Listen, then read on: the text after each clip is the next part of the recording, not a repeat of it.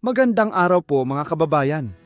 Ikaw ba ay nahihirapan makatulog o kaya'y madalas na nagigising sa kalagitnaan ng gabi? Pag-usapan natin kung bakit tayo nagkakaroon ng insomnia at ano ang mga solusyon dito.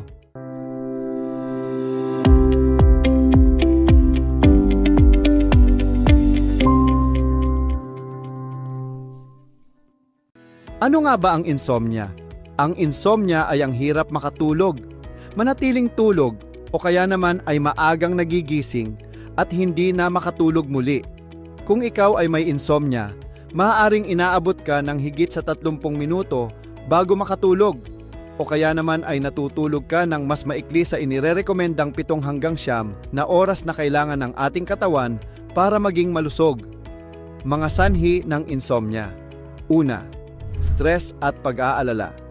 Mga problema sa trabaho, eskwelahan o pamilya ay madalas na sanhi ng stress na maaaring magresulta sa insomnia. Pangalawa, anxiety o pagkabalisa. Ang patuloy na pagkabalisa, lalo na kung may kaakibat na karamdaman, ay isa pang karaniwang dahilan. Pangatlo, depression. Ang isang taong may depression ay maaaring makaranas ng sobrang tulog o insomnia. Pang-apat, medikal na kondisyon. Ang mga sakit o madalas na paghihi tulad ng diabetes ay pwedeng makaapekto sa iyong tulog.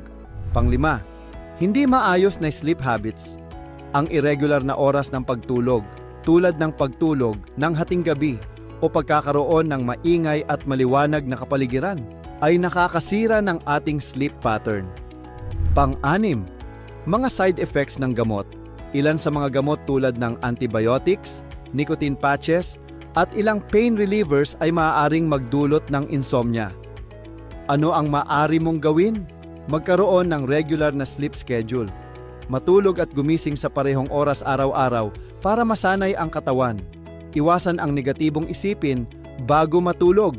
Subukang bitawan ang mga alalahanin bago matulog upang maiwasan ang pagka-stress.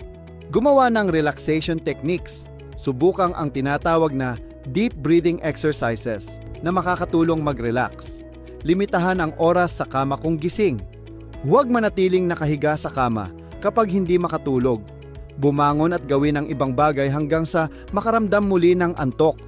Gumawa ng light exercise tulad ng paglalakad. Ngunit siguraduhing hindi ito masyadong malapit sa oras ng tulog. Limitahan ang pagtulog sa hapon upang hindi maapektuhan ang pagtulog sa gabi. Siguraduhing maayos ang iyong bedroom. Dapat tahimik, malamig, at madilim ang iyong kwarto para makapag-relax ng husto. Iwasan ang caffeine at alcohol. Huwag uminom ng mga caffeinated drinks at alcoholic beverages bago matulog dahil ito'y nakakasira ng tulog. Kung ang iyong insomnia ay nakakaapekto na sa iyong pang-araw-araw na gawain, oras na upang magpatingin sa doktor para sa tamang gabay at paggamot. Maaari ka rin nilang resetahan ng mga gamot tulad ng melatonin o mga sleeping aids, ngunit huwag mag-self-medicate. Sa kabuuan, ang pag-aalaga sa iyong tulog ay mahalaga sa iyong kalusugan. Ugaliin ang pagkakaroon ng tamang sleep habits, iwasan ang mga trigger ng insomnia, at kumonsulta sa doktor kung kinakailangan. Salamat sa inyong panonood at ingat po lagi!